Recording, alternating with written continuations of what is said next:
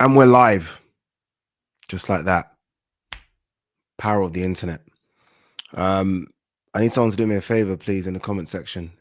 We haven't done this in I don't know how long. So I've completely forgot about how to even set all this shit up. Can someone just please tell me you can hear me? That's all I care about. I don't care about anything else. Yes, Ade, we can hear you is all I need. Someone just say it for me, please. Someone say it. Joe Barrow, whoop, whoop. Yeah, sound is all good. Oh my God. Cheers to you all. It has been ages. Like we ain't done one of these. I was having a look here. I'm not joking. It's about a year. And my apologies. My apologies to you all. As you guys know, I've just been so busy. Like a lot has changed since we started doing these things. But it's good to be back doing them. And I'm going to try and be consistent in doing those. Trust me, because they're fun. They're fun. And I get to answer all you guys' questions. I mean, I'm guessing there's going to be quite a few questions coming in the next hour or so. So get your questions in. As always, I'll try and answer as many as humanly possible in the next 2 hours or so. But yeah, it's been good, guys. It's been a good year for me personally, as you guys know. Professionally, we're doing loads of stuff as well. But you know, this is my baby. This is my baby. Nothing beats doing this with you guys. So let's get straight to it. Let me just jump to some of the questions and we'll get this shit popping. Let's wait for a few more people to get in to the live. I feel like this one might be a busy one. I don't know. I'm not sure. Again, when we used to do it, you know, we used to get a few hundred people, but I feel like people have forgotten that we do this stuff. But yeah, it's fun. For those of you asking about my show with Ariel Helwani, I think we're gonna start next Tuesday. I think it gets going next Tuesday. I'm looking forward to doing it with Ariel as well. So much respect for what he's done and what he's doing in America. It's incredible. Forget America, what he's doing around the world is insane. So I look forward to sharing a space with him. All right, let's see what people are saying. Philip Answer, man like Ade. Sir. What's this one? Adam Green says, ads. I like the way you say ads. Love you, brother. What's your feelings on the, I'm guessing that it's supposed to say Conor Benn stuff. I think it's all a bit dodgy. Do you agree? No, I don't. I think enough's enough. If I'm honest with you, I think enough's enough. If you mean dodgy by did he just serve a ban and is the ban over? I think that's what a lot of people are asking. I don't know. If that's the case, then yeah, there's a bit of dodginess there. But I think let the man fight. Like, I mean, I'm very much, look, if you cheat, throw it out of the sport, right? That's my thing. But some of the best fighters on planet Earth right now have cheated and they're still fighting and making millions, if not hundreds of millions. So let's just treat everyone the same. Conor Benn has not fought in Britain for 2 years, no longer than that. What am I talking about? The fight with Eubank Jr. was supposed to be 2 years ago now. So he's not fought over here for about 2.5 years. Enough's enough. Let him fight back. Let him fight. JD_05. Geez, you've been around. I remember this. This name. Long time no see, good sir. I missed the content. Oh, sorry, the constant lives from early 2023. Yeah, we need to bring them back. We'll see. We'll see what we can do. Elijah Selassie says, good evening, Ade. Boxing activity. Parker, Haney, Shakur, Terence, Tank, Ryan Garcia have all fought once this year. Is that true about Joseph Parker? I can't. No, Joseph Parker. Is it? Has he only fought? Is Joseph Parker only fought Zhang this year? But Deontay Wilder last year? It might have been. Jeez, that's bad. I mean, Parker's screaming for a fight. Honestly, screaming. I speak to Parker quite a lot. Shocking, isn't it? Haney once, Shakur once. Terence is a part-time fighter at best. I think Terence isn't going to fight again unless he gets Canelo. I don't think we're going to see Terence in the ring. And Ryan, we know the reason. Ryan's only fought once this year. And all these, by the way, superstar names, you know. I mean, look at that crew there. Haney, Shakur, Tank, Ryan, all supposed to be the future of American boxing. Ain't doing shit. Ain't doing shit. And Ian Hamilton says, finally, the lives are back. Bring it on. Let's get started. Yeah, we are back. We are back. I want to promise and say we're back consistently, but I don't know. I don't know. Like, my dream is to kind of do what Ariel does. So maybe a live once a week and get a lot of fighters on, or promoters or managers, and almost create a show every Thursday as opposed to just me talking to you guys. But we'll see. We'll see what happens. Dan Brown, how much do you get paid from TalkSport and DAZN?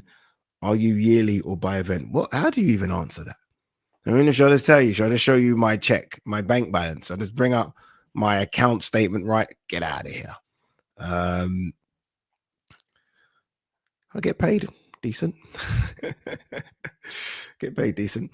Oscar talking about 5 versus 5 against Matchroom. Same Oscar who turned it down in January. I don't know if Oscar's got a few fighters, right? Obviously, of recent, some have gone. Not Munguia. I don't know why no one really talks about that. Munguia is Oscar got Munguia the Canelo fight, and then the next fight he's gone. Strange how that one just played out. Obviously, Ryan Garcia can't fight right now. I mean, Oscar can certainly put a good 5 together to take on Matchroom. And look, that's what we need. We need that. I mean, the 5 versus 5 Queensbury versus Matchroom was fantastic. It was fantastic. Like, we need more of that. Like, I want to see a boxer versus Matchroom 5 versus 5. Like, if you had a boxer versus Matchroom 5 versus 5, just off the top of my head, you would have Chev Clark, but this is random, right? Chev Clark versus Viddal Riley. Obviously, you've got Eubank now versus Benn. Martin Bakole versus AJ. Caroline Dubois versus Alicia Baumgardner. And Lauren Price versus Sandy Ryan. Bang. Just like that. G-Man Boxing, salute to Ade. Been a while since we've seen a live. Yep, it has been. You know whose lives I've watched a couple of times, who's done really good stuff? October Red. She's been doing live watch-alongs for the fights.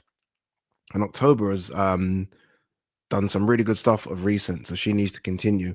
But her channel's growing. Like, loads of channels are growing, but G-Man's channel is flying right now. I think it's got over 20,000 subs, so you just got to keep on going, innit? It's got to keep on going.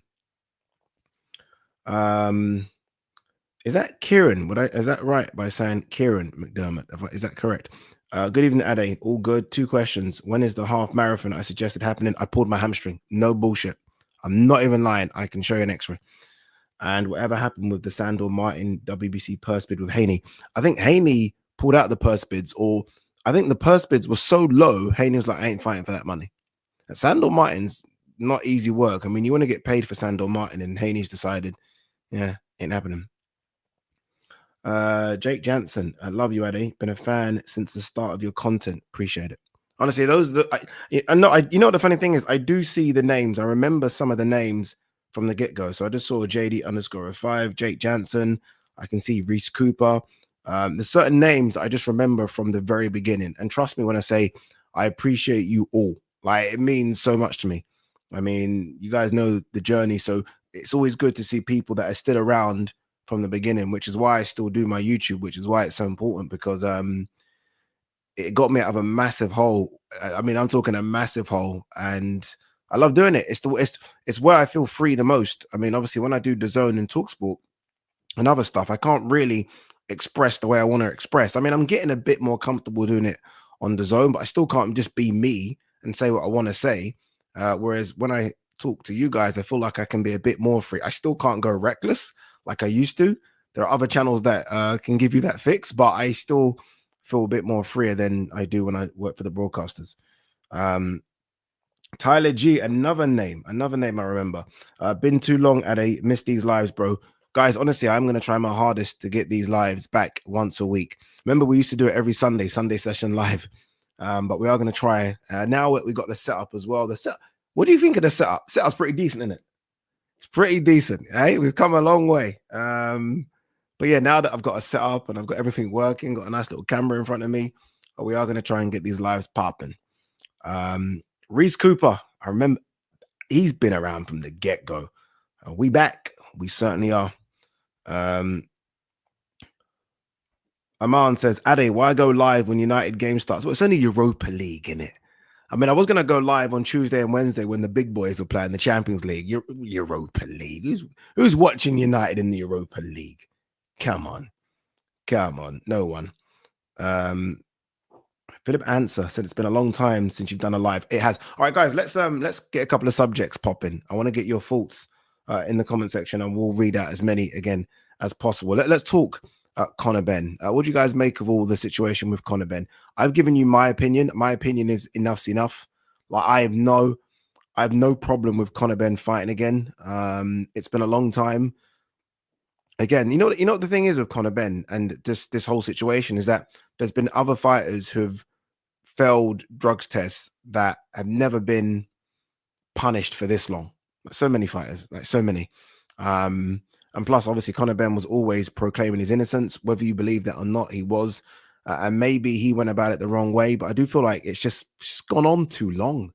Honestly, I feel like it's gone on too long. And again, if boxing was like other sports, like athletics, where you get 8-year bans, cool, fine. But it isn't. Like people are only getting 6 months. Some people getting slaps on the wrist. So why should Conor Benn get anything longer than he's had? So I'm fine with it. I'm fine with it. Another thing I want to throw at you guys as well. Again, it'd be good to get your thoughts on it. Who should Daniel Dubois? No. Okay, let me rephrase that. Who do you want Daniel Dubois to fight next? It's not going to be AJ. That's done, which is interesting because I still don't quite know what AJ is going to do next. But surely if Fury beats Usyk, Fury should fight Dubois. And if Usyk beats Fury, Usyk should fight Dubois. Maybe it's the case of if Fury loses, he fights AJ. I'm not quite sure. So those are the couple of questions I really want answering in the comment section. All right, let's have a look. A lot of you are saying that my sound is good. What's this? David, sweet boy all year round. Yes, Eddie, back to the lives. Big up. Thank you very much, David. We are going to try and get these things on a regular basis. What's this one? Ade turned Hollywood on us. We understand. Oh, you can't blame a kid. You can't blame a kid. We come from the gutter, right? Nah, I certainly haven't. I would never turn Hollywood, which is, that's the main reason I think I keep up with the channel, just so I don't turn Hollywood. Like, I just want to keep up with it. Like, I try and do 4 or 5 videos a week. I still try and keep up with what's going on. So yeah, certainly not. I ain't turning Hollywood. No chance. No chance. Ade, do you follow the lower weights? 105, 108, 112? No, not 105 and 108. 112, 115, yes. You can't help but follow those weight classes because, I love Sonny Edwards and Bam Rodriguez and those. I mean, look at Sonny Galal, big fights coming up. So I'll always follow those. But anything lower than that, I have to be honest with you, not really. Base, the hardcore casual, Base channel growing as well. Base needs to do more content. Base knows what I'm going to say. He needs to do more content. Dylan Goodridge says, who's your favorite fighter that you have interviewed, spoken to after a fight? After a fight. Okay, I'll give you the before. The best person I've spoken to before a fight is Tyson Fury. Like every time you get a sit down with Tyson Fury, it's just fascinating. Honestly, I always feel like with Tyson, because he knows I'm DAZN, and I don't know if he knows that I am Team AJ, I always feel like the interview starts out quite tough. Like he tries to be a bit tough, and then he just can't help but laugh. And then he gives you the best sort of 5-10 minutes. Tyson always gives you a great interview. Jao Pataya is fascinating as well because he's so intense. Joseph Parker, great.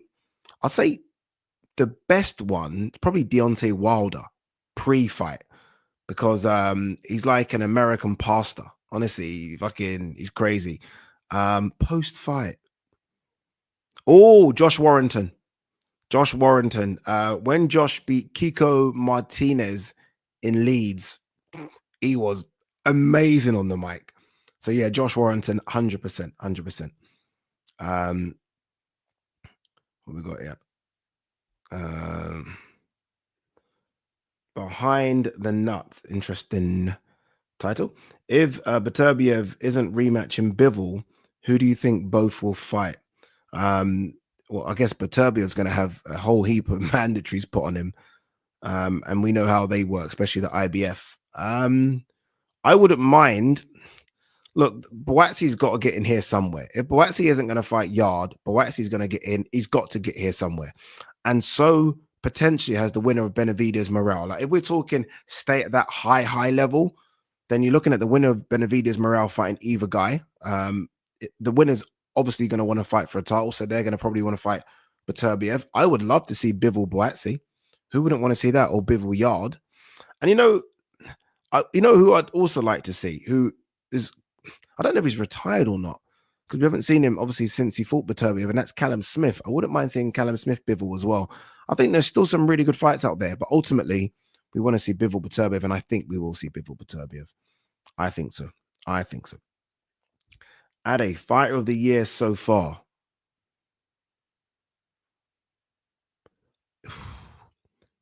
It's a close one. I mean, do you go for Inoue? Inoue is about to have his full fight in 12 months next month. I mean, that's consistency, right? I mean, who's given us 4 fights in 12 months? The only other person who's given us that much activity, Daniel Dubois. I'm going to go Dubois. Just because of the fights he's had this year,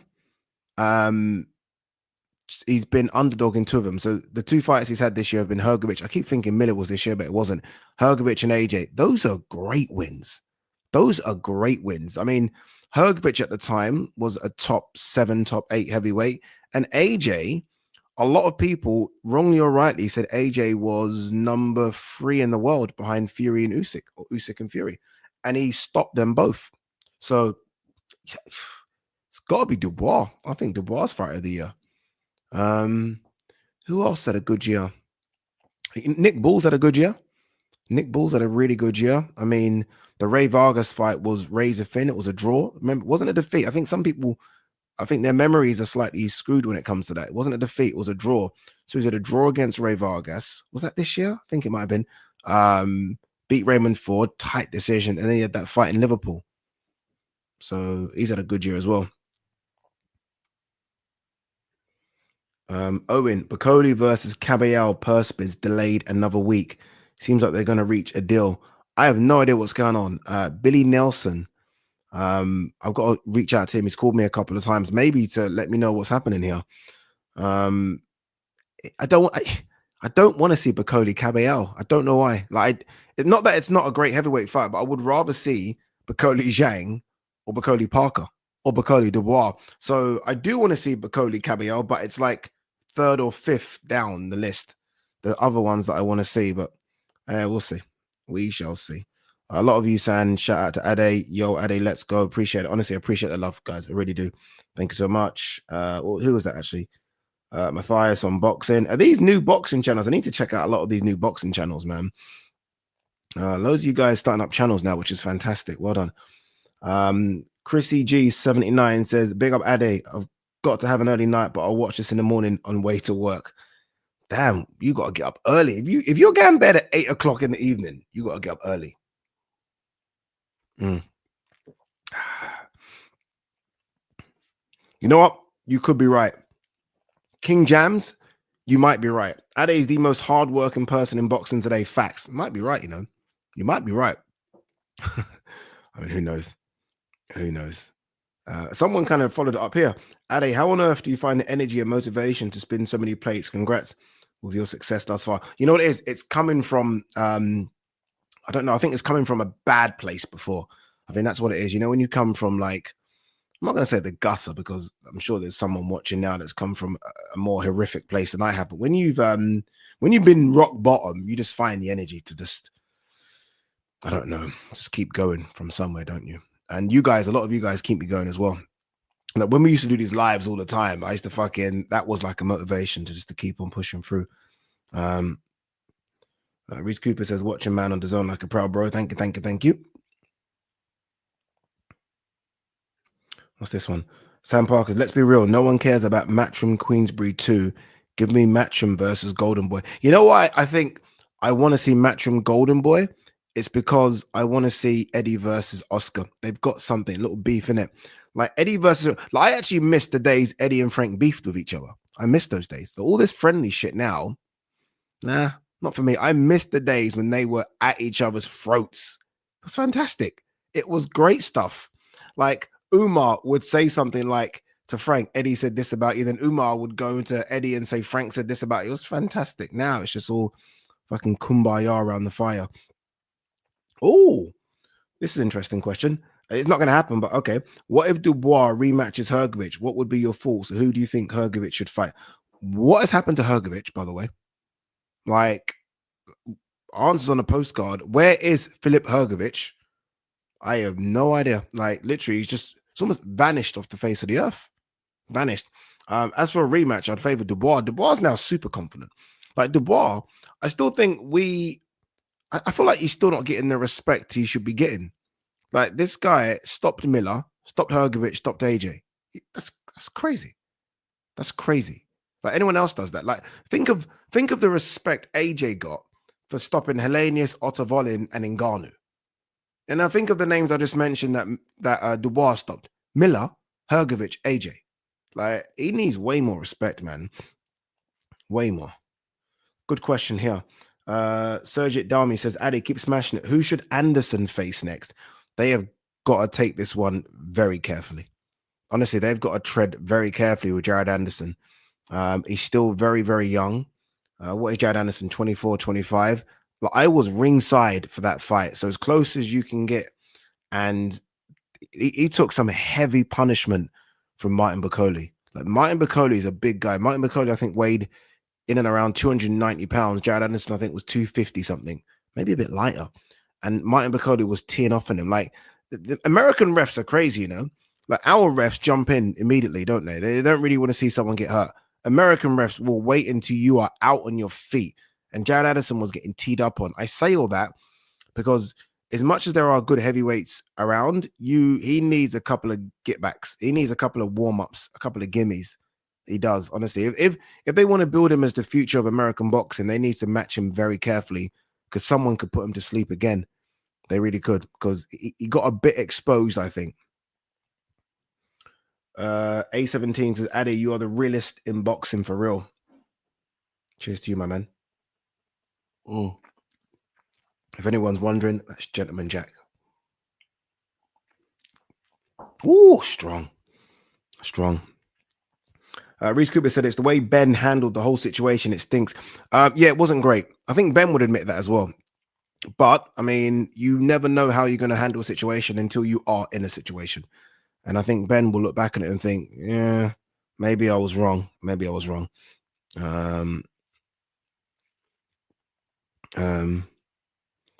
we go now? What's this one?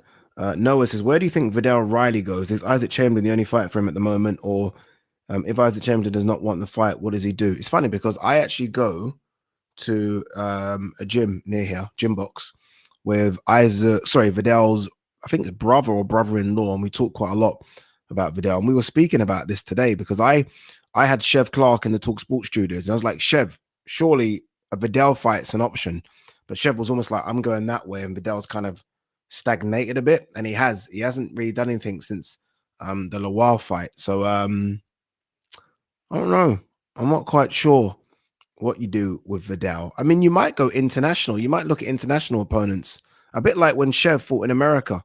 You might do that. But look, there are some really good cruiserweights here. I mean, how far away would you say Viddal is from a Jack Massey? He's obviously coming off that feat to Jar Patai. How far away is he from that? How far away is he from a Richard Riakporhe? Like, these are me. I'm not saying he's with these guys now. I'm saying how far away. I don't think he's a million miles away from both. So maybe you jump a couple of steps.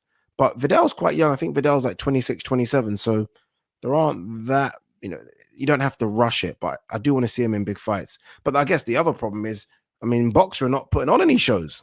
Like, honestly, like they need to be putting on some shows, man. Like, what is going on? We're not really seeing much from them. We're not seeing much. Parker only fought Zhang this year at Wilder in December. Yeah, it's a shame because Parker was so busy. Of all the heavyweights going into RIYADH season, Parker was the busiest.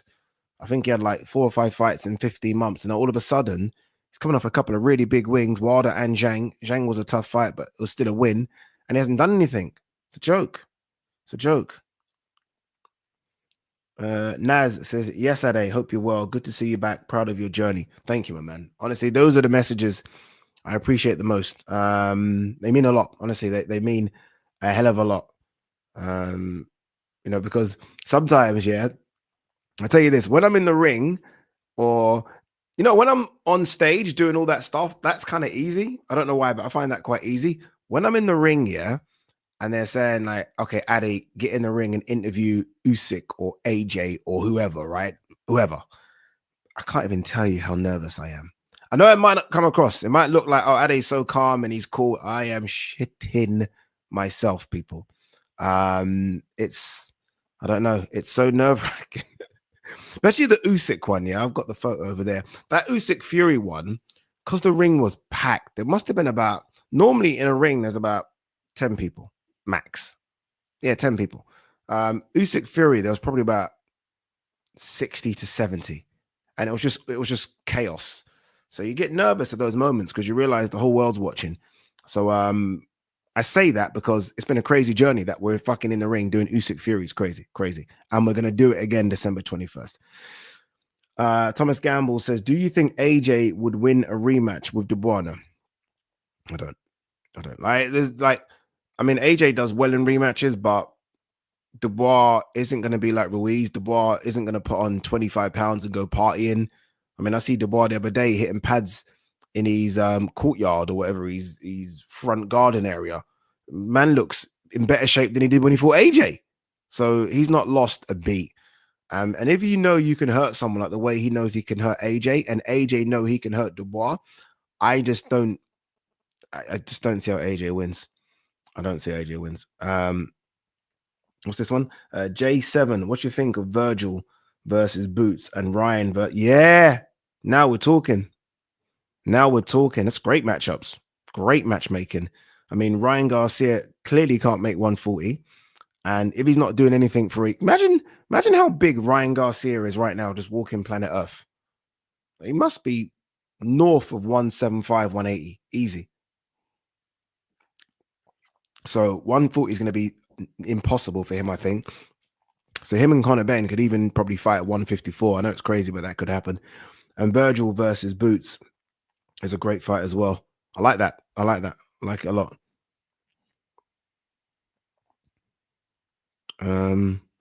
How about a Joe Rogan style podcast? Well, I've actually set up Green Chair Productions to do some stuff. It's so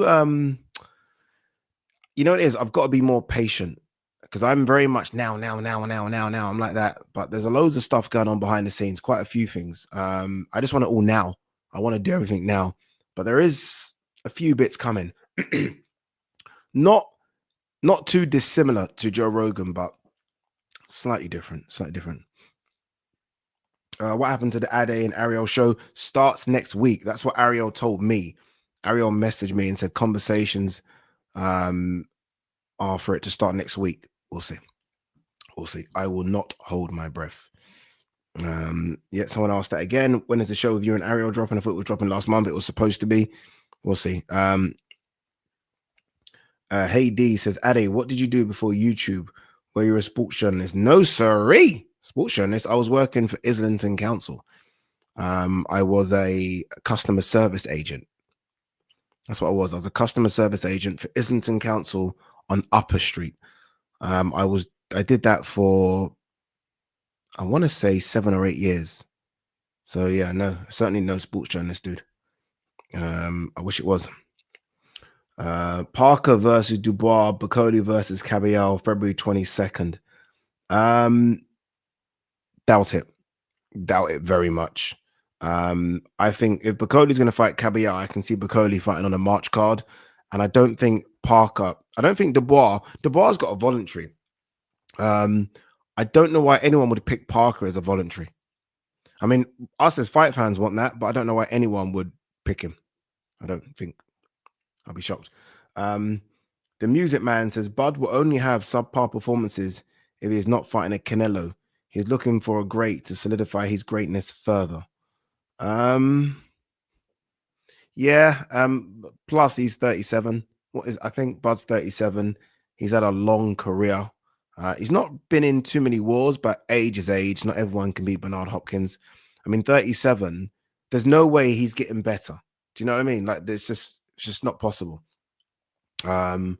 So he might just be getting old. We might just be watching an old Bud Crawford now. I still think Bud could light up probably everyone at 154 pounds, but I'm not sure. I'm not sure what happens with Bud. I don't think Canelo is going to fight him. I just don't think Canelo wants to fight him. I mean, look, Canelo's a fighter. You put a few more zeros on the end of the check, Canelo will take the fight, but I don't think the money's there for it. And so I don't think it's going to happen. If that doesn't happen, I don't think Bud's going to fight again. I remember when, I'm pretty sure Turkey said that he will give, if it's not Canelo, he'll let Bud fight anyone in February. That talk seems to have died down. So I wonder if it's Bud saying he's just not up for it, or there's just not a viable opponent. I don't know. What's this one? Ade, how's the love life? Oy. Let me just have a drink.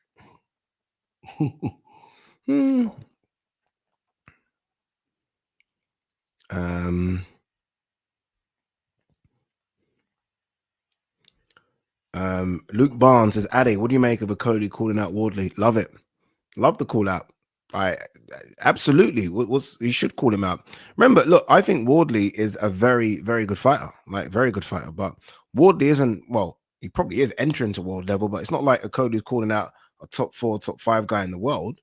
I mean, that's who Bakole should be. Sorry, that's who Okolie should be calling out. And Wardley's not the biggest of heavyweights as well. Like, I've spoken to Okolie a few times. I actually went to go and see him in Dubai. And there are almost 2 sets of heavyweights. They're the fucking giants that weigh nearly 300 pounds, like Zhang and Martin Bakole. And they're the guys that are like 260, 250, 240. Wardley falls into that. That's kind of what I guess Okolie will build up to eventually as well. So Okolie doesn't want to give too much size away fighting some of the giants. And he doesn't really give too much away fighting Wardley. In fact, he'll probably be the same size as Wardley. And Wardley, although very powerful, Wardley technically isn't, it's not Usyk, is he? So, I mean, Okolie should call him out. It's a good matchup. It's a good fight. It's a good fight. What's this? Add a non-boxing question. Guys, you can ask non-boxing questions. With how Slot has started, has your expectations changed? Where do you think we will finish in the league? I think we're going to win the league. I think City are not City anymore. And Arsenal have already started to wobble. I think we're going to win the league. I'm serious. I don't want to talk about it, though, because it hurts my heart when we don't. Do you think Cameron Whittaker happens next? I do. And who wins? Whittaker. I think Whittaker. I just think Whittaker's a very special fight. I think he had an off night. He didn't look great. I mean, who hasn't had an off night? In fact, he looked poor. But who hasn't looked poor? I think he'll learn from it. You know what? I almost feel like he listened to the so-called experts who were talking about his kind of showboating style, and he just tried to box like a normal boxer. And I was like, what's he doing? I need that showboating style. I think the showboating style confuses fighters. I think they find it quite hard to read. And once you try and fight Liam Cameron the normal way, I'd be like, oh, okay, is this what we're doing? I think if he gets back to that style that kind of got him to where he was, I think he'll beat Liam. I really do. I think he's a good fighter, man. Hope Cameron smashes Whittaker again. Didn't really smash him first time around, did he? Look at me there sticking up for Whittaker, but he didn't, did he? Though. But it'd be a good fight. Ethan Jones, boy, I remember that name as well. Ade, my goat. Hope you're keeping well, brother. I am. Appreciate you, my man. Thank you very much. What's this one? Cabiel against Bakole. I'd favor Bakole, but I've picked against Cabiel twice, so have I. I picked against him with Arslan Makhmudov, and I guess like you, I picked against him with Frank Sanchez. I picked against Cabiel years ago against Derek Chisora. And he's kind of proved me wrong 3 times, maybe a few more times than that, actually. But Bakole is a different beast. Guys, I'm telling you, he's a boogeyman. Bakole could beat them all. I'm not even joking. I think Bakole could beat every single heavyweight out there. All of them. Fury, Usyk, Dubois, AJ, Zhang, Parker. I think he could beat them all.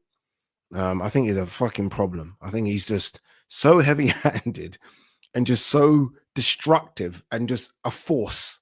It's fucking 290 pounds, man. It's a big guy. Who remembers when Warren called the DAZN the app? He ripped apart every chance he got. Yeah, he destroyed DAZN. But I mean, life changes. You move on, and he's moved on. All right, a couple of super chats have come in. Apologies, I missed those. Let me quickly get them. This one is from WM Boxing Views. He said likelihood of Benn versus Eubank on the 22nd of Feb card. I think it's more a March card. I think it's more likely to happen in March. We'll see. I think March rather than Feb. But I mean, Benn did say that he started camp, so who knows? Could happen. Garcia boxing versus the world. Jeez, man. Thank you. Brother, you know I appreciate you more than most. Congrats on all the great work. Thank you very much, my man. Thank you very much. Claymore Rain says, salute, Ade. Congratulations on all your success. You're a real inspiration to the content creation space. Any opinions on Gustavo Lemos coming in 6 pounds overweight for tomorrow night's match against Keyshawn? Is that still a goer? I mean, it's Keyshawn. I'm guessing Keyshawn, if he has accepted, which he will, has put a cap on what Gustavo can come into the ring with, which should, be considerable. And he's taken a hell of a lot of money from Gustavo as well. Gustavo came in overweight for Richardson Hitchens, I believe, as well. I don't know, but in his defense, because we don't know what happened with the weight cut, your body can just shut down, Like I did a weight cut. You guys know I did a weight cut to 175, and I'm not joking, guys. To lose those last 2 pounds, I just thought it's almost, I thought there is nothing left in me. So sometimes your body can just shut down. And then I waited a few hours, and then all of a sudden I was able to get some more water out. So I don't know how it worked out for him, but yeah, Keyshawn's still gonna light him up regardless. Keyshawn's a very special fighter. All right, where are we? What's this one? The Bank of Josh says Mike Tyson versus Ike Ebiabuchi, who is looking to have a fight. That would be what, a 51-year-old versus a 58-year-old. Mike Tyson versus Jake Paul's coming up, isn't it? And obviously I poo-pooed on this event, and rightly so. Not the event. Oh, let me take that back. I poo-pooed on this fight because it deserves to be poo-pooed on. It's a nonsense thing. It's just nonsense, isn't it? I like Jake a lot because I think what Jake's doing for his fighters is incredible. They're all getting paid and all fighting, and you can only applaud that, right? He's very vocal. I love his little war with Dana White. But he knows as well. I mean, him versus Mike, what are we doing? Come on, man. Like Jake's biggest fight has been against someone his own size, his age, and it was the fight that I guess made him the most in terms of pay-per-view revenue, and that's Tommy Fury. I mean, Tommy's obviously got a name, don't get me wrong, but it shows that people are more interested in seeing Jake fight real fighters. Like enough of these former faded UFC guys and enough of Mike Tyson, who hasn't fought since 2004, unless you guys are counting the fucking Roy Jones Jr. as one. I don't know. What's this one? Harry Lund. Do you think you'll do more stuff with a guy called Henry? He's one of the best boxing content guys right now. Enjoyed it when you guys got together. Is this a guy called Henry's burner account? Is this what this is? No, look, I mean, I've known a guy called Henry for a few years. I consider him a good friend. He's doing some incredible stuff. I think the stuff that he does, I actually don't see anyone do it. That kind of breakdown, sort of pausing the play, showing us how a fight is moving, what they're doing, what they're saying, body language. I think he's got his own lane. But yeah, we are going to do some stuff together. I don't know when, but we will. Hey, Ade, love the vids. Keep up the great work. Would also love another video with you and G-Man. G-Man has actually moved to my old area, Stratford. So G-Man is actually here. So we can get some stuff done. I love sitting down. Like, there probably isn't anyone I love sitting down and talking about boxing with more than G-Man. I think he's a great guy. He's a nice guy. He's a humble guy. I think his thumbnails are a bit clickbait. I think he's losing the plot on that. But apart from that, great guy.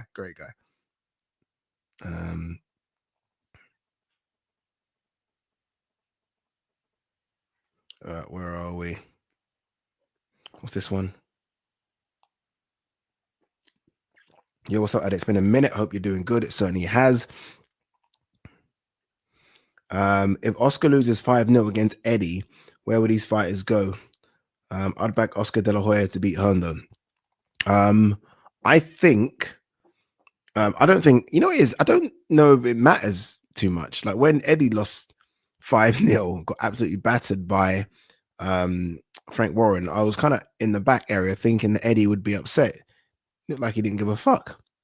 No, he didn't give a fuck. Bobby Ladd, what do you think is next for Nick Ball? Inoue. You heard it right here. You heard it first. I think it's Inoue. Honestly, as soon as I saw Inoue sign up with Turkey for RIYADH season, I know he's got this Sam Goodman fight, I believe, December, but I think Nick Ball will fight Inoue RIYADH season. I think Inoue is going to go up a weight class and try to be champion in another weight class, and he's going to fight Nick Ball. And I think that fight will be fucking mad. I think it'll be crazy. So that's what I think's going to happen. LS Vlogs, jeez, been around for a minute. It says, peace, Ade. Love you, bro. I'm very proud. Appreciate it, man. Honestly, appreciate it. Appreciate it. 1 second. Would be good for your honest take on the Conor Benn situation. How good do you really think it is? All right, let's start backwards there. How good do I think it is? I actually don't know. Honestly, I don't know. What's his biggest win? What's Conor Benn's biggest win? Not sure. I mean, would you say it was his last fight, Dobson? Was that his biggest win? I mean, are we going back? Algieri, Vargas? Like, I don't know. I actually don't know, but I want to see. I'm desperate to see.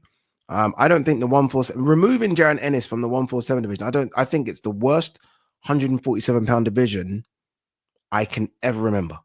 Like ever remember. I think it's so shallow.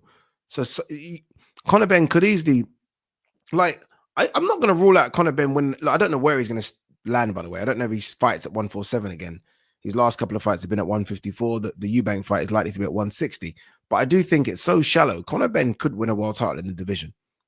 Like, I know you guys might think, what? Look at the champions. I mean, again, removing JARON ENNIS, Brian Norman, Stanionis, Mario Barrios. This isn't peak Miguel Cotto, Zab Judah fucking time, is it? You know what I mean? So, I don't know. As for my honest take on the situation, I've given it. I've given my honest take on the situation. Are you asking for me to give a take on whether I thought he cheated or not, or are we still doing that 2 years later? Or you're asking for my take on whether he should be still suspended?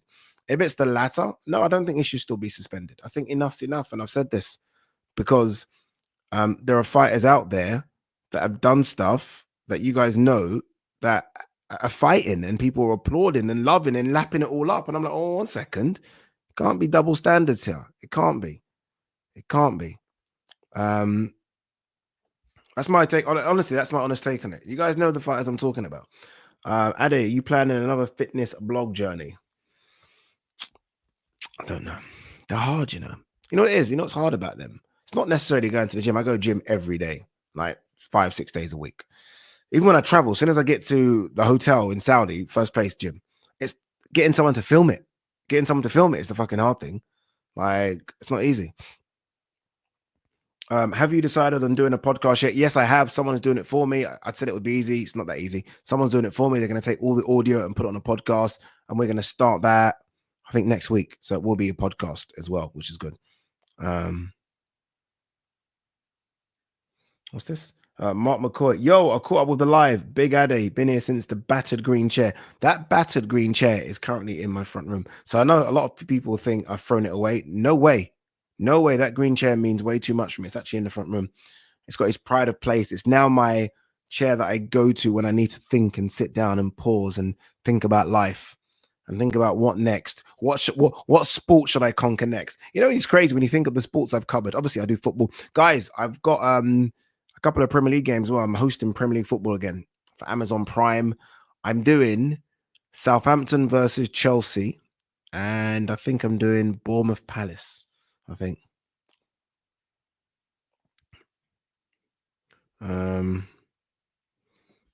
I remember the documentary done 3 years ago. Yeah, I did a documentary with a guy called Henry. Ooh.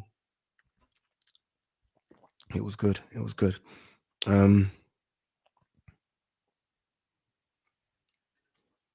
Greetings, brother. My son still hasn't worn the shoes you signed. Hey, I told this story. No one believed me. I'm sorry you've just come on.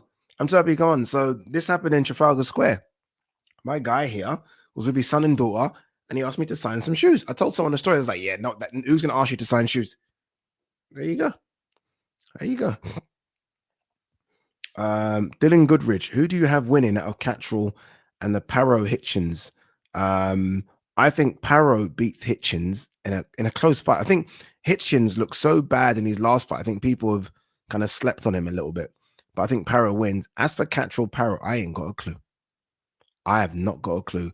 Catterall is a very good fighter when he goes through the gears. Can start slow, a bit like he did against Prograis, but when he starts to up it, he ups it. But let's not sleep on Paro. Paro went to the fucking war zone in Puerto Rico and beat Matias. Like literally went into someone's back garden, and Matias was considered a bit of a boogeyman, and Paro shut that guy down. So I ain't sleeping on him. Favorite fighter interview interaction so far. I'll tell you what was good interaction. So you remember when John Fury headbutted? I laugh. It's not funny, but it was at the time. When John Fury headbutted one of Usyk's team members, the carnage. I wish you guys could the carnage that ensued. Like it was crazy. And then 5 minutes later, or maybe 10 minutes later, I had to interview Usyk. And I was like, dude, what happened outside? I think they cut quite a bit of this interview. And Usyk was like, John Fury, son, no, he said, father of Tyson headbutting my guy. Not good, not good. And I was like, I know. But then Usyk was like, you know, I come here with respect. Basically, what he was saying is, if we want to do that, we can do that. But, you know, let's be respectful. I love it. He basically said something along the lines of, I have my dogs on leashes, and if I want to let them go, I can let them go. Thank God he didn't let them go. Thank God. But Usyk's so fascinating to interview because obviously it's very broken English. He's trying his hardest.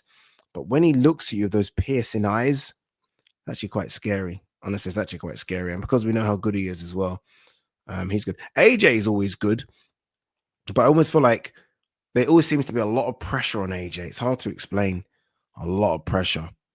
Like when you interview, I remember before the Dubois fight, I interviewed AJ, and then I had to interview Dubois straight after. And Dubois came in the room by himself, literally by himself. No joke. No one else, no team members, no one. Literally walked up the stairs, sat down. I was like, oh, you ready? He's like, yeah, let's go. AJ came with a big team. And obviously, look, AJ is AJ, right? But I almost feel like that comes with so much pressure.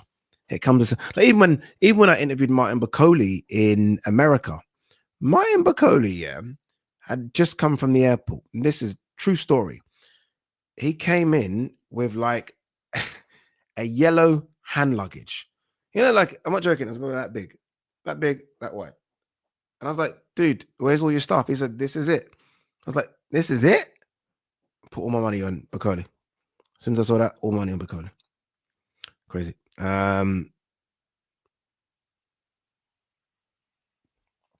What's this? Josh Z. Hey, Ade, massive fan. Do you think after everything with the Benn situation, he will come back now, especially as UKAD have 21 days to appeal? It feels we may go around in circles. No, I think it's done. I don't think, like, Eddie's speaking about it so freely right now. Conor Benn speaking about it freely. Conor Benn has just signed a new management deal with, I can't remember who it's with now. Mike Connolly. Is it Mike Connolly or Colony? I think it's Connolly in America. They're good to go. Conor Benn is fighting February or March, no doubt, and he's fighting Eubank, no doubt. I'll be astounded if it's anyone else. Oh my God. Leo Donald says, bring back This Week in Boxing and the Boxman Basement. OGs know. Brother, that is insane that you would say that. Lee, if you're watching this right now, please drop me an email with your phone number. I want to call you because that's insane that you would even say that. That means you've been watching for like 8 years. That's insane. As this man, Ian Hamilton, watching that game and watching you. So I'm watching it. He's watching Man United. Who would waste their time watching United? Another OG. Mark Barsley, been listening since about 6 years. Haven't missed a video yet.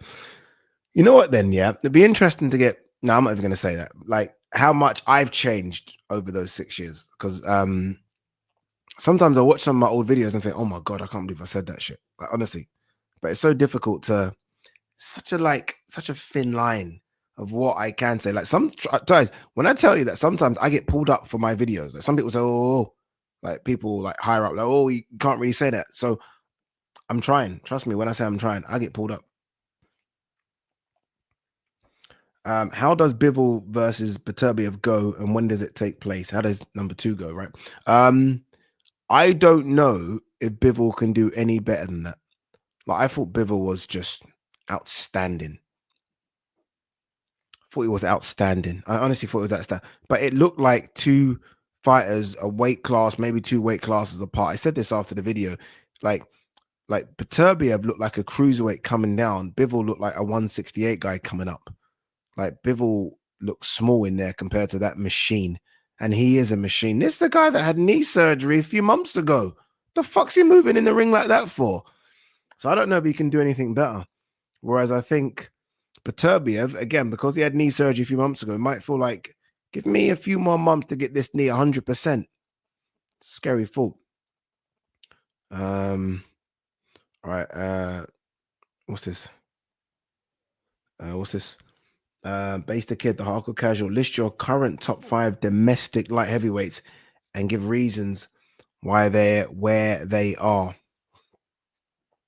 This is actually very, very tough. This ain't easy. This ain't easy. Buatsi number 1. It's got to be Buatsi's got to be number 1. It's got to be, right? No, yeah, number 1, Buatsi. You know what? Yeah, Willie Hutchinson. Yeah, I think Yard can beat Willie Hutchinson, but Willie Hutchinson has just beat Craig Richards, and he gave Buatsi all he could take. Like there were some times in that fight I was like, "Whoa, what's going on here?" There were some times in that fight where I was like, if Buatsi didn't have that famed chin of his, like Buatsi's got like a Marvin Hagler type chin, bro. If he didn't have that chin, because Willie landed some big shots. So I'm gonna go Willie too. Yeah, I'm Willie too. I'm going on a what have you done for me lately basis. And what he's done for me lately is better than what Yard has done lately. Yard struggled in his last fight. True or false? True or false? True. Now, has Callum Smith retired or not? Has he retired or not? If he hasn't retired, he's right there. If he hasn't retired. But it's funny here because there was this massive, like, before there was like Dan Aziz, and unfortunately Dan Aziz, although he didn't lose his last fight, didn't lose it. Craig Richards, they both fallen off a little bit. They both fallen off, so I'm not even sure where to place them. And then Lyndon Arthur needs to be brought in. A bit more respect needs to be shown to Lyndon Arthur, I think. Liam Cameron now. I don't know, man. That's a good question. I might do a video on that one. I might steal that idea. All right, let me quickly go super chats. We got here. Dylan Goodridge says, appreciate the super chats, man. Honestly, thank you very much. Thoughts on a Prograis Haney rematch before Haney Garcia. Prograis is better than shown last time, and interesting to see what beaten Haney is like. Okay, no. You know, it was a shutout. Dylan, I had to double check your name. It was a shutout. Like Haney went up in weight to fight Prograis, the champion, and won every round. And now, I mean, I know Haney's took a beating, but Haney's beating has got a massive asterisk next to it. Like Ryan Garcia, knowingly or unknowingly, cheated twice. He cheated with the weight and cheated what had in his body. So, no, I still think Haney is still a very, very, very good 140 pounder. And I think he would do to Prograis what he did the first time round. Honestly, I'm not quite sure what if I'm Prograis, I still stay in and around the division. I know Prograis is talking about going to bare knuckle. I still think there are some good fights for Prograis. I know he doesn't want to look at himself like a gatekeeper, but there are some good kids over here. There's some 140 pound division is stacked. And I think Prograis could prove to be a very good gatekeeper and surprise a few of these kids as well. But I think Haney would wash him again. I really do. I think Haney would destroy him. All right. Where are we? So many questions have come in. But we're going to try and we're going to go on for another hour. Fuck it. 45 minutes. Oh, this is interesting. What an interesting question. Good world. Do you believe any of the top boxers, UFC fighters are not on PEDs? Do you actually believe AJ is not on PEDs? Wow, what a question. All right. We're going to try and answer this question as close to it as we can without getting sacked. What I will say about performance enhancing drugs is this. I remember growing up watching athletics. Yeah. It was my favorite sport. Still probably might still be my favorite sport. And I was obsessed with a female athlete called Marion Jones. I was like, oh my God, she's the greatest thing I've ever seen. The smile, she'd go on daytime television. She was perfect, like perfect runner, perfect everything. She was beating all the Soviet Union girls who were definitely on the drugs. Marion Jones was cheating out of her eyeballs.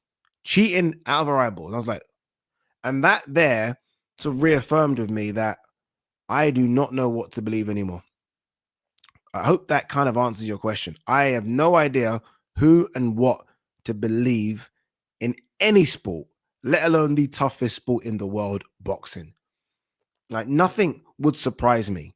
Nothing. I'm not joking. Nothing would surprise me. Do I think personally AJ is using performance enhancing drugs? No. I think he's a supreme athlete.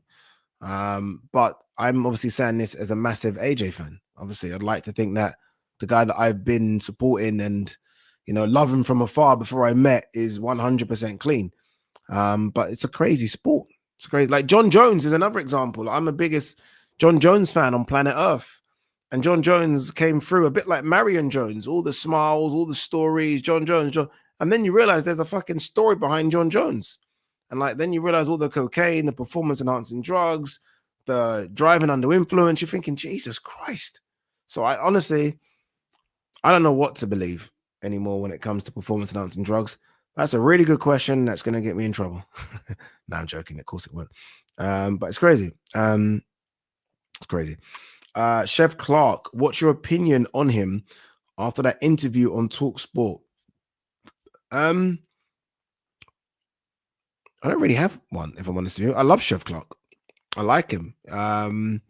Chef Clark is, you know, Chef Clark's one of those people, and I've realized it now. He's a bit like Joshua Buatsi. It gives you a bit more than Buatsi, but there are some people that just want to get in the ring and fight. I've now, after interviewing hundreds of boxers, so I can judge it correctly now. After interviewing, maybe thousands. There are some people that don't like talking, and there's some people that just want to get in the ring and fight. Bivol is okay. Betervbiev does not like talking. Buatsi is not really a talker.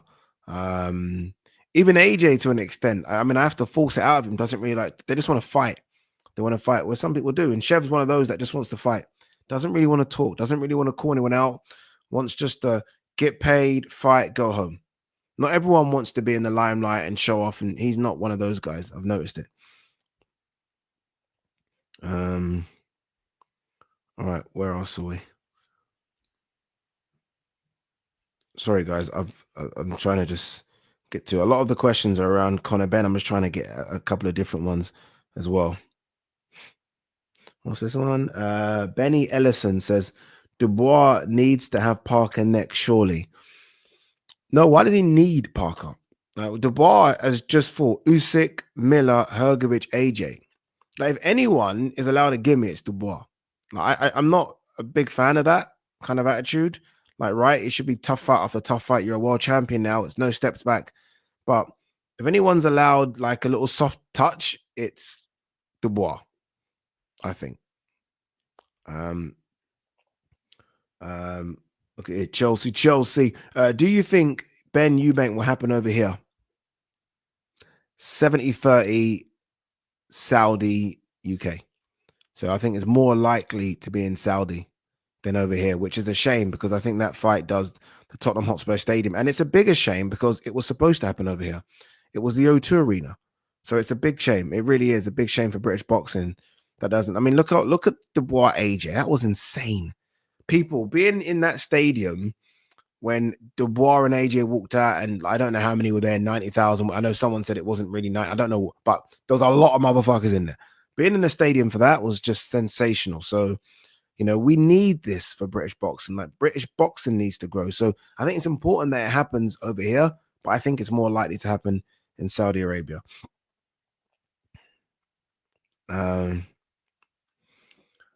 Lewis Young. Ade, I watch every video. Wow. Who's your top 5 boxers currently? And when's the next 5 versus 5 happens? Who's your picks? All right, that's a lot of questions, man. All right, let's go with the top 5 boxers currently. My top 5. Bam Rodriguez, Inoue. This isn't pound for pound. Don't jump at me. Bam Rodriguez, Inoue, Moses Atalma. How many is that? 3. Nick Ball, 4. Daniel Dubois. Look at me, jump shit. Daniel Dubois beats my guy, and now he's in the top 5. But I just like watching those guys fight. You know what it is about Dubois as well? The reason I had Dubois in there is because, I mean, so many people poo-pooed on Dubois, didn't they? I mean, when Dubois lost to Joe Joyce, how many boxers were like, oh, he hasn't got the minerals for it? And it's difficult for us to say as non-boxers. When boxers say it, like, okay, shit, maybe they know what they're talking about. And then when he kind of got stopped with a jab, was it, by Usyk? And everyone's like, oh, look, he's quitting again. I mean, and now look at the turnaround. It's been a remarkable turnaround. And I even think, forget in the ring, just the turnaround outside the ring. Like, when you're talking to Dubois, he seems to be, I did an interview with him, and I think a lot of people said it was a pretty decent interview, but he seems to have found himself. I think he's a great guy. And he gives you action in the ring. All the guys I just mentioned give you action in the ring. What did I say? I said, Bam. Oh, shit. Changed my mind. I've got to get someone out. The reason I've got to get someone out is because by hook or crook, Opataya has to be in there. That there is just boxing poetry. He is fantastic. He is the meanest fighter I've ever interviewed in my life. The scariest. And when he gets in the ring, it's just war, isn't it? He's sensational. Opataya definitely. I don't care who comes out. Opataya goes in. All right. Fix Semi. Some of these names are very suspect. If you can only choose one between Inoue versus Bam or Canelo versus Benavidez, which would you rather watch in 2025? Canelo Benavidez all day long. Same weight class. Well, ish. Benavidez now at 175, but he'll get down to 168. This fight should have happened. Should have happened. Whereas Inoue and Bam are still weight classes apart, 2 weight classes apart. So yeah, Canelo Benavidez is that kind of fight that just you've got to go to Vegas for. Like, I've been very fortunate in this job that I've gone to Vegas for a few big fights. I mean, nothing will top Crawford Spence. Nothing will top Crawford Spence. But I've been for some big ones over there. Garcia, Tank, Gennady Golovkin, Canelo, like Bivol Canelo. That's a Vegas fight. And I'm telling you now, Vegas for a big fight, nothing beats it. Nothing even comes close to it. Nothing comes close to it. Like, the casinos are buzzing. Like, the drinks are flowing. Everyone's in their best gear. It's fucking amazing, man. It really is. Like, fantastic for a big fight. What's this? Ade, love your work. I actually found G-Man channel from you, and now you two guys are my favorite channels. I watch all the time. When are you and G doing a video together next? I love watching you two. Soon, hopefully. Like, I'm just honestly, guy, I can't put into. I'm happy that I'm busy, but I'm just so busy. Honestly, I fly to Saudi on Sunday for this Latin card. I'm presenting that. So then you're out there for a week, and then I'm doing some stuff now with Al Nassr, Ronaldo's team. So I'm staying out there for a bit longer to interview Ronaldo, maybe. Yeah, look, too much going on at the moment. But when I am in the country properly, I will arrange something with G-Man because I miss talking to him. He's a great guy. All right, what else? JD_5 super chat. Appreciate it, brother. Ade, how has 2024 treated you? My life has changed a lot over the past 16 months. I've been working full-time at a warehouse. I'm 19. Fuck managers. But you're only 19. Dude, that means you've been following this channel since you were like 15 or something. because I remember your name, JD_05. That's crazy. 2024 has been incredible. Honestly, it's been incredible, guys. I can't even complain. I'd like to find a reason to complain, but I can't complain. It's been a good year for me, professionally anyway. Professionally, it's been just outstanding. Like, the work's been good. It's been tough. Like I did undisputed Fury Usyk. Do you know what I mean? Like, you guys saw it. I was there for that. I got in the ring in a fight that we're going to remember and look back on in 25 years. And when you watch it back, it's me in the ring. It's me. Like, I could retire now. So no. It's been fucking crazy, man. It's been, dude, you know how crazy that is? I did Fury Usyk. Like, oh God. Now, when the bell went for that fight, yeah, I was like, this is crazy. This is crazy. So yeah, it's been amazing. Thank you so much for the super chat. All right, where are we? Oh, there's so, I can't believe how many questions there is. It's so many. Okay, we've spoke of that one already. Sorry, I'm just gonna literally try and get something we haven't spoke about. Now, see this one, yeah. Like, this is obviously in response to Daniel Dubois versus who? Look, it should be Joseph Parker. You are correct. It should be Joseph Parker, and he deserves it. But again, it's to point out that Dubois has a voluntary, and if you're Dubois as well, I mean, you are now. You know how crazy this is, by the way. Dubois is a fight away from undisputed. So are you going to risk that on Parker? Like, Dubois should and probably will fight the winner of Fury Usyk, which means Dubois is going to have an undisputed fight next this year. If he comes through his February 22nd date against an. Now, would you risk an undisputed fight against Parker? I don't think you do. I mean, it'll be stupid matchmaking. Like, it'll be dumb. It'll be dumb. And I want it to be Parker, but I'm trying to put my Dubois manager hat on and think, why would you do that when we're giving you the option to fight anyone? Why would you fight Joseph Parker? That's suicide. There you go. Look, and I don't agree with this, but this is obviously suggesting that Joseph Parker can beat him, which I think Joseph Parker could, but I don't think you stay away from him like because you can't win. I think you just don't. It's risk reward, and the risk is high. The reward is big, but the risk is very high. Joseph Parker's good. Yo, Addy, my goat. Hope you're keeping well, brother. I am. I'm very, very well. Yeah, I know. Addy, I don't believe my eyes. And Addy live, finally back. We're back. Now, I don't know how long we're back for, but we're back. We're back, people. Super chat here says, from full-time boxing with Jake. Remember your videos from Cuba going into the boxing gyms? Wow. Jeez, fuck. When was that? That is crazy. That was yeah, that might have been 5 years ago. 5 years ago. Crazy. My mum paid for that trip. There's no joke. Mum paid for that trip. She says, you need to get away. It's paid for me to go to Cuba. Usyk, top 5 heavyweight ever. Oh, steady. I love him. I love Alexander Usyk. Oh, ever? Whoa. There's some good heavyweights, bro. There are some. Evander Holyfield, Lennox, Muhammad Ali, George Foreman, Smoking Joe Fraser. I mean, like Riddick Bowe, Larry Holmes, Mike Tyson. Good fight, that. Very good fight. Very, very. That'll be a fascinating fight. The Klitschko brothers. Like, I'm talking about from this era, like Vitali. I don't know, Usyk's got good feet, but Vitali. I mean, Jesus, there's some good heavyweights, dude. Joe Louis. What are we doing? There's some good heavyweights. Sonny Liston. Some good heavyweights. I don't know, man.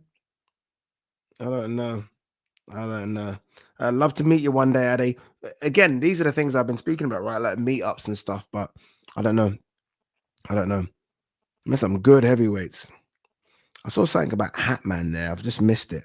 Someone said something about Hatman, who is still not having it. I don't know. Hopefully it was something positive, because Hatman is still the GOAT at all of this. I know a lot of you have said Addy the GOAT and blah, blah, blah. No, Hatman is the GOAT. by some distance. Like Hatman is just like he almost paved the way. It's a bit like IFL TV and what they did. Obviously, look, there are some channels now that are maybe have surpassed IFL TV, but what Kugan Cassis did with that channel, like I just won't have any IFL TV slander because I grew up, as all of you did, watching IFL. Like it was iFilm London. Do you remember? Obviously, if you're old enough, you know it was called iFilm London first, and fantastic content, fantastic. Still does some good stuff. And that's the same as Hatman. Hatman's the GOAT in all this. All right. What's this one? Big fan. Malik talking about Wilder fighting again next year. Do you think he will fight again? If he does, what possibly, I'm guessing you meant are 3 names you would recommend for him to come back and fight? If he's fighting again, look, he's going to want big fights, but you can't even justify it. Okay, these are the fights for him. Dillian Whyte. Dillian Whyte is a fight for him. Derek Chisora is a fight for him. And maybe someone like an F.A. Jagba. Something like that. I think the Dillian Whyte fight would do well. I think that would do well. In fact, I think that would do really well, actually. What's this one? Again, honestly, guys, I really appreciate these super chats. Thank you. Thanks for the live adding. No, thank you, guys. Love your work. How did you become a presenter on DAZN? Did you apply, get recommended, or did they approach you to present the show? They approached me. They approached me. So I think when they first launched, they put out their talent list. So remember, it was like Maya Jama, it was Laura Woods, Darren Barker, Chris Lloyd, Andy Lee, Mike Costello. I think that was the original lineup. And when they put it out, a few people on Twitter said, "Oh, what about Ade? Can like random? I don't know why, because it wasn't like I was doing anything boxing related, really. I mean, I was doing my YouTube, but it wasn't like I was working for a channel." And then DAZN reached out to me and said, they want me to do a show once a week with Tony Bellew. And then me and Tony would do like a little pre-show before the main show. And then Maya Jama went, Laura Woods became the host, and I took Laura's position as a reporter. And obviously since then, Laura's gone and I've gone on to be the main host. So yeah, that's how it was. And that was that 3 years ago? When was Fight Camp? Eddie Hearn's back garden. It was basically then. That's when I started DAZN. I think that's about 3 years ago. I think. Absolute Boxing says, inspired me to make content and start training after your weight cut series. Off to Thailand in Feb to train and make more. Hope to talk at some stage. Mate, there is some people that I've supposedly inspired that have got incredible journeys, like way better journeys than I've got. Like that's crazy. Like, that's crazy. Going off to Thailand to train and make content is insane. Like, good luck to you, honestly. Good luck. And look, you just got to keep doing it. Like, you know, a lot of people ask me for advice. Obviously, look, I'm starting this thing where I'm going to mentor people, and I'm going to announce the winner of the prize on Saturday, by the way, and I'm going to pick 3 people that I mentor as well. And I hope to just be able to kind of inspire you to do whatever you want to do. And trust me, you can do it. Don't listen to anyone out there saying you can't do shit. You can do it. Like when I was on the phones for Islington Council, fucking taking 400 phone calls a day on fucking parking and council tax. If you were to have told me then that I'd be fucking traveling the world talking boxing, I would have said you're mad. Like you're crazy. Like I used to look at the clock at like 4:59, like fucking hurry up, get to 5 o'clock. So don't listen to anyone when they say you can't do it. I have no qualifications whatsoever. I no university. I fucked up in college, and here we are. So just keep on pushing. Keep on pushing. Caden says, love the channel. David Hay comeback 2025. No. Nope. Come on. No. What's this one? KR says, in boxing, we talk about hardship and succeeding. Reading the Daily Mirror article, can we have a round of applause for Ariel OLADIPO's life story? Congrats, mate. Kush. Wow. It's nice. That's nice. Round of applause and fuck it. Round of applause. But you guys, there's so much more to come. That's why I laugh, because there's so much more to come. Like we've just scratched the surface. We've just scratched this, literally just scratched the surface. Like I've fucking got a show at Ariel Helwani coming up. You know what I mean? Look at that, eh? I remember I reached out, I messaged him on Instagram, like, Ariel, please be my friend. Now I've got a show. Now I've got a show. All right, where are we? How long we got? We got another 30 minutes. What's this one? Add a favorite promoter. I think working with Eddie and seeing how hard he works kind of motivates you, because you're looking at him and thinking, this guy just fucking works. Like a show over here, and I'm going to Mexico, and I'm going to America, and I'm going to Saudi. We've got another one in England.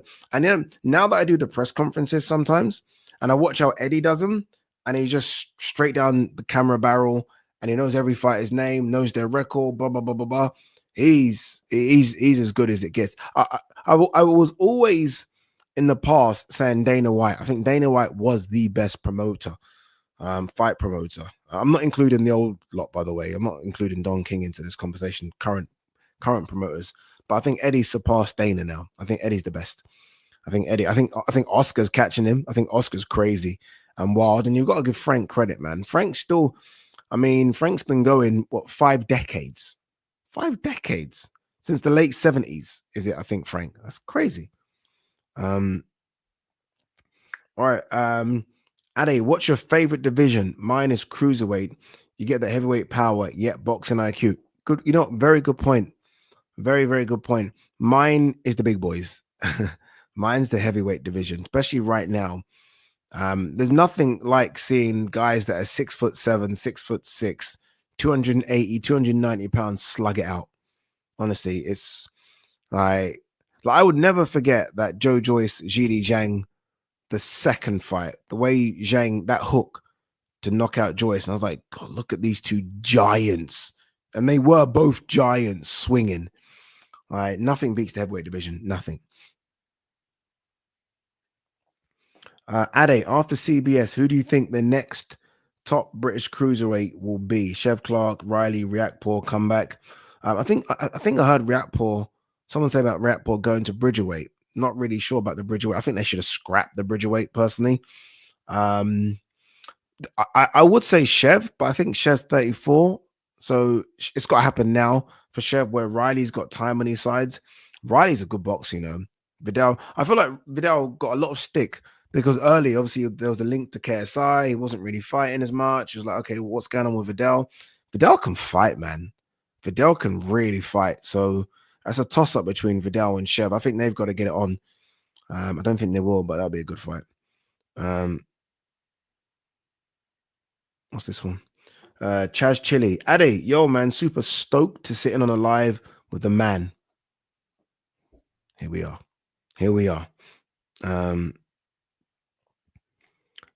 Giovanni TSB, what's your opinion on Lawrence Okolie doing heavyweight? I think, my opinion's a bit biased because I am a friend of Lawrence Okolie and I really want him to do well. The heavyweight division is an interesting one because Lawrence was always big for cruiser, even big for Bridger. He's now normal size for heavyweight. So I've always felt that Lawrence's size would always help, especially at cruiserweight. Now he's got to find something because all of those guys at heavyweight can punch. All of them can punch. They're all as big as him. They're all used to carrying that weight, whereas Lawrence isn't used to carrying that weight in the ring. Remember, 14-stone cruiser. Now he's having to, Lawrence will be fighting now. I know he had the Bridgerweight fight, but he'll be fighting nearly 2 and a bit stone than he's used to. So that moving around with 16.5 stone under your legs for 12 rounds is going to be interesting. But I think he'll be in some interesting fights, and hopefully he wins some big fights as well. I really hope he does. Again, big fan of his because I am a good friend of his. Fan Zone De Niro, super chat. Thank you, my man. Says, truly believe that whoever wins between Benavidez versus Morrell is next at 175 pounds. Think the winner can beat all of the UK 175 pounders. That's my only disappointment with the Boatsi situation. I feel like, and look, it's not necessarily Boatsi's. Well, I don't know. I don't know who's to blame, but I feel like the door's almost been opened for the winner of this to get a world title shot before Boatsi. Like, I think most people in the world, from a world boxing standpoint, would like to see the winner of this fight the winner of a Beterbiev Bivol rematch as opposed to Boatsy. Whereas I think a couple of years ago, that name would have been Boatsy. It's difficult to argue with you, if I'm honest with you. I think the winner of the, I mean, you're talking two very, very, but I will say this about Morrell. I was at his last fight in LA. Wasn't that impressed. He looked good, and then it kind of went a bit flat. I wasn't like overly impressed. A lot of these guys, and even Benavidez against Vosdik, it's almost like both of these guys have been so much bigger at 168 pounds. They're now normal sized at 175. So again, a bit like what I was just speaking about Okolie, where the size was almost the big thing. Same with these guys. So we'll see. We'll see how that plays out. Ade, full-time boxing with Jake. Ade, in 2017, remember when you worked in Africa? Yes, I did. So I worked for a company called Kwese, Kwese. I was their boxing commentator, and I would crazy. Let me tell you a quick story about that, actually, if you guys don't mind. A quick story. And this isn't me talking about hardships, whatever, but so I lived in Nigeria at the time. So they would fly me from Nigeria to South Africa, and then we'd do boxing events all over Africa. So we do like Namibia, Zimbabwe, Ghana. We did a couple of events in Nigeria, etc. I then moved back to London, and I was broke. Like literally, I was like, oh my God, I need like Kwese, please. And they're like, oh, Ade, we can't fly you out anymore. You no longer live in Nigeria. I'm guessing they had a certain amount of budget to fly me from Nigeria to South Africa. They're like, we can't use you unless you're in South Africa now. We can't use you. I flew myself to South Africa. I was like, I worked it out whereby if I find the cheapest flight, which, you know, them ones where it takes you about 24 hours to get there. I think I've stopped off in Turkey for like 12 hours and stop off in Egypt, all that bullshit just to get there. But I used to fly myself to get there. And I was like, I'm here. You have to use me. And I'd weren't a lot of money at all, but it was money I needed. So that's how I still worked in Africa in 2017. Crazy, huh? Crazy. Look at me now. Look at me now. No, I'm joking. All right, last 10 minutes. JD_05 says, would you say you're good at taking criticism? My job has taught me to not take things so personally, and I'm trying to work on it, but it's hard. No, I'm not good at it at all. I'm not good. I'm getting better at it. It's difficult. You know what it is? It's hard because I started obviously in the YouTube world, and I think in this world, I think I got a lot of love. I think 99%. I even look at my videos, likes to dislikes. It's always like 95%. So I think when I started working in TV and I couldn't really say what I wanted to say, I felt like I lost a lot of love from you guys. So that was hard to take. I don't necessarily care about people online. It's more, I don't like taking criticism from you lot because you're my peoples. You're my guys and girls. So yeah, it's difficult to take, but it is what it is, man. It is what it is. You got to be thick-skinned in TV. You got to be so thick-skinned because even when you make a mistake, you've got to just keep on going. Like, you know how many mistakes I make on a show? You guys probably don't see them, but I know when I've done it. And you've just got to like carry on. You can't let it swallow you. What happened to your show, Ariel? That show, I believe, starts next week, Tuesday. But for me, it starts properly the Tuesday after when I will be here. Because next week, Tuesday, I'm going to be in a hotel room in Saudi Arabia, but we're still going to get it popping. We're still going to get it done. What you drinking, Ade? I was drinking a little bit left, a little bit of Gentleman Jack. Feel free to send me a bottle if you want.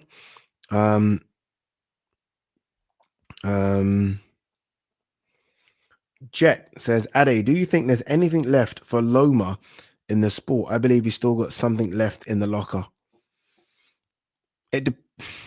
Loma could still beat a lot of the guys at 135. Loma could still beat a lot of them. But could he beat the top guys? Could Loma beat Shakur? Could Loma beat Javante? Those are the guys.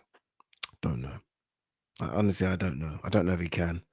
I don't know. I'm a big Loma fan, so I'd rather see him. Like when you're already talking about potentially quitting, just quit. This is the wrong sport to kind of be in, like, indecisive, in two minds. Just stop. So yeah.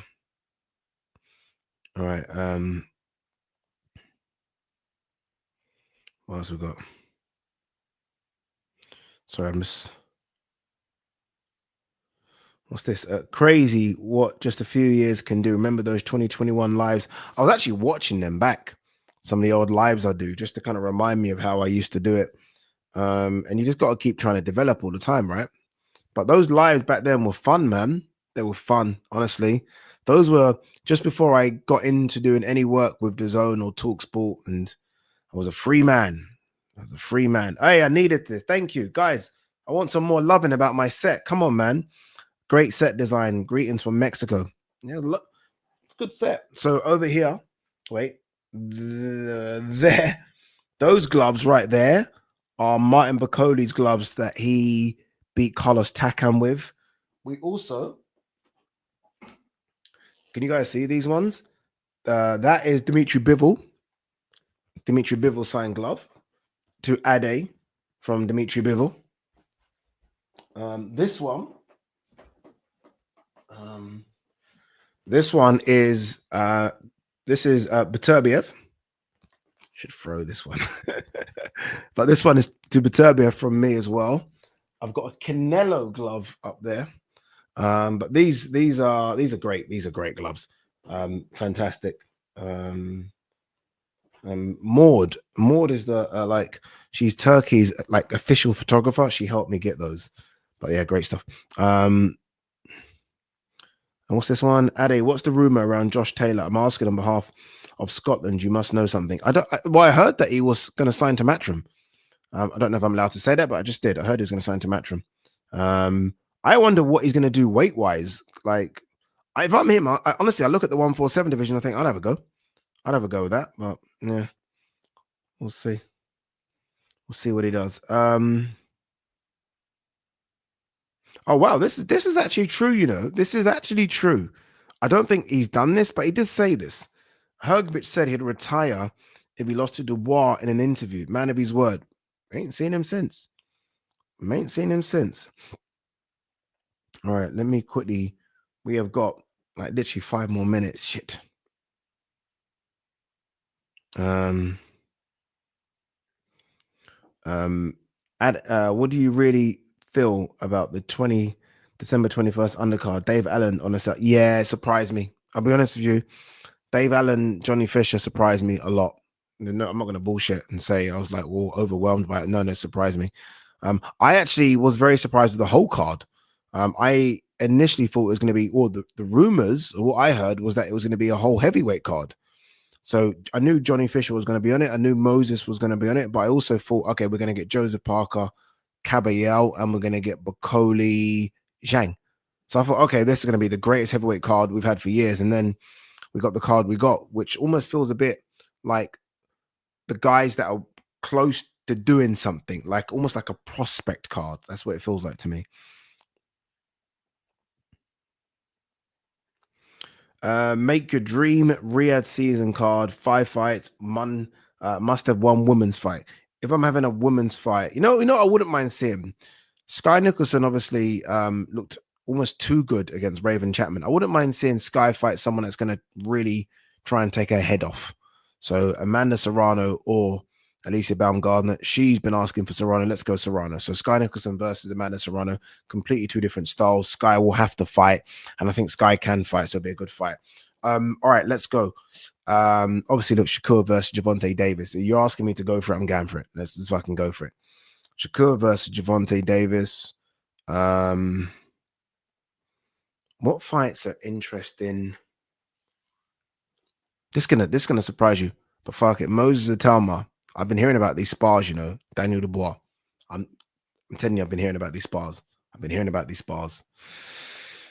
Actually, no, get rid of that one. So Shakur, Gervonta, we've got Sky Nicholson, Amanda,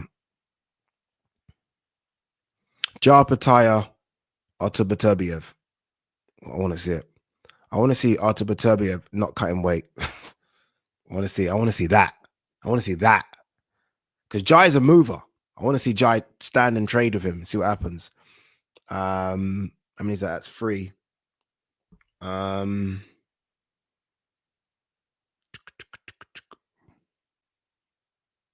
Inoue versus Junto Nakatani. Junto's ready to go up. You know how big that fight is for Asia. I know that's more of a hardcore fan one in me. That's enormous. And just for the carnage, Devin Haney versus Ryan Garcia too. Just for the carnage. Just for the carnage. All right, guys. Last one. Oh, you guys are taking the piss, don't you? Taking the piss for no reason. Leave the kid alone. Leave him alone. He's having a go. He's trying. So all he can do is try. And I mean that, by the way. So all he can do is try. Look, it's a difficult situation for young Campbell Hatton. I have no idea what they do with Campbell. I ain't got a clue. I said that I think he should have a few small hall show fights. Like literally just have those, non-televised small hall show, couple hundred people, no expectations, and then we'll see what happens. I feel like there's a lot of pressure. I can't even imagine what that pressure's like. Where he reads things online, he goes in. I can't even imagine. Honestly, can't imagine. What's this one? Matt Borgerson says you saw the weigh-ins for Keyshawn Davis versus Limo. He is 6 pounds over. Gustavo Limos. Yeah, I saw it. But the fight will still. That's when boxing's kind of fucked, isn't it? Really, where someone can come in 6 pounds overweight. And the fight will still go ahead because this is America. That's basically what it is. I mean, yes, they'll probably have to limit what he weighs on the night, and they probably have to do a second check weigh-in, and Keyshawn will get some money. But really and truly, this fight should be off. This fight shouldn't happen, but it will happen. All right, we are done, people. Oh my God, guys, there's too many questions. There was too many questions. I feel so bad, darling. There's 300 of you in the chat. We're gonna get this going. I'm gonna end it by saying this. We're back. I'm not even joking. We're back. Like I need to do, I've got the setup now. There's no excuse. The lives are back and they're gonna go up another level. Like this was just me. What was supposed to happen today was I was supposed to get guests on, and I was like, no, let me just speak to you guys because we haven't done that in a while. From the next time we do it, we're gonna have guests on. We're gonna get guests on, and I'm going to blow your mind. I'm going to take this to another level. I ain't playing. You guys should know me by now. Like once we do stuff, we do it. So, yeah, we're going to get guests on. We're going to do this once a week. This was almost just a case of let me come back and talk to my people that have supported me for so long. But we're going to get guests on. We're going to try and get at least 4 or 5 fighters on and talk to them, interview them. You guys can interact, whatever. I don't know. I haven't quite worked it out yet, but we're going to do it. But we are back 100%. And it's good to be back as well. All right, guys, girls, hopefully you enjoyed the live as much as I enjoyed talking to you. And I will see you very, very soon. Peace and love.